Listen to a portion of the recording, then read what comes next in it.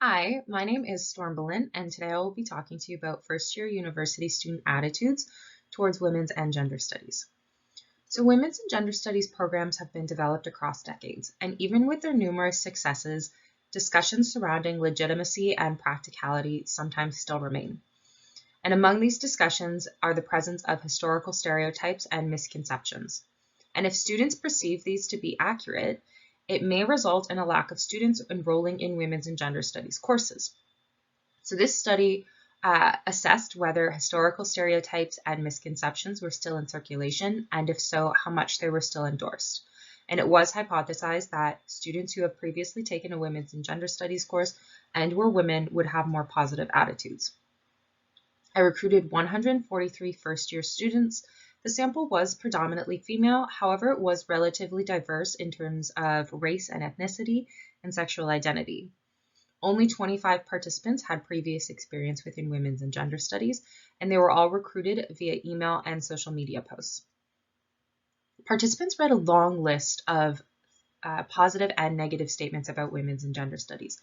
And first, they were presented with the list and they were asked to indicate how often they heard the statement on a scale of 1, never heard, to 5, very often heard. And then they were presented with the exact same list and were asked to indicate how much it reflected their own views on a scale of 1, strongly disagree, to 5, strongly agree. So Table 1 represents the most commonly heard and endorsed attitudes, beliefs, and stereotypes. And regardless of experience within women's and gender studies, students were more likely to have heard and were more likely to endorse positive statements about women's and gender studies, such as women's and gender studies is important for changing society, and women's and gender studies increases awareness of problems in society. However, we can see here the statement, people do not take women's and gender studies seriously as a field, as an academic field, is still a commonly heard and endorsed statement. In Table 2, we have the least commonly heard and endorsed attitudes, beliefs, and stereotypes. And most students did not report hearing or endorsing negative statements about women's and gender studies, suggesting that many of the historical stereotypes have fallen out of favor, such as women's and gender studies is only for white women, or all women's and gender studies students hate men. Further analysis of the data, which I did not have room for on this document, but is available through the supplemental document available on my booth, or you can directly go to the PDF by scanning this QR code, shows that students who have never taken a women's and gender studies course or are men were more likely to endorse the negative stereotypes of women's and gender studies, but it was still at a relatively low rate.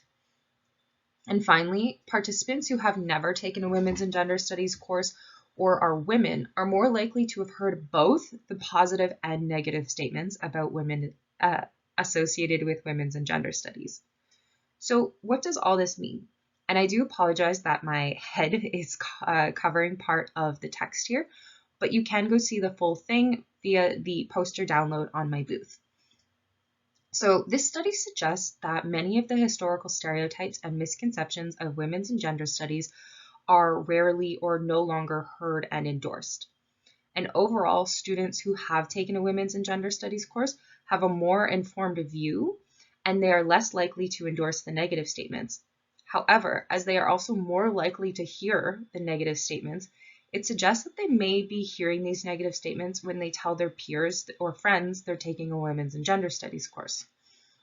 The results also show that those who have never taken a women's and gender studies course are more likely to endorse negative beliefs that women's and gender studies discriminates against men, people who are transgender and non-binary, or people who are racially diverse. And finally, the results suggest that men are less likely to have an informed view and may not truly understand the benefits that women's and gender studies has to offer. So what are the next steps? Information that is provided to first-year students should try to directly challenge the misconceptions that women's and gender studies won't help you get a job or is not taken seriously. And women's and gender studies programs should use the current analysis as a framework to highlight the positive aspects of the program when advertising to recruit new students and providing support to current students. So talk about the benefits of women's and gender studies. How is it positive, and how is it relevant, I think is all very important. Thank you so much for listening to my presentation.